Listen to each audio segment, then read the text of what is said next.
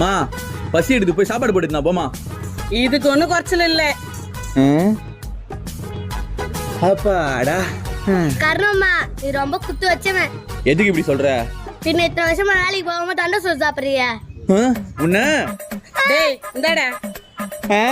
மோ நம்ம கஞ்ச இதா இருக்குது குடி. இதா இருக்குதா?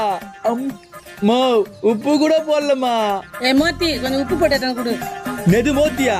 இவன் எப்படா போட்டு தரலான்னு பாத்துனுக்குறா. டே மித்தே இதுல கொஞ்சம் கல்லுப்பு போட்டு எடுத்துன்னு வரியா? சரி மாமா.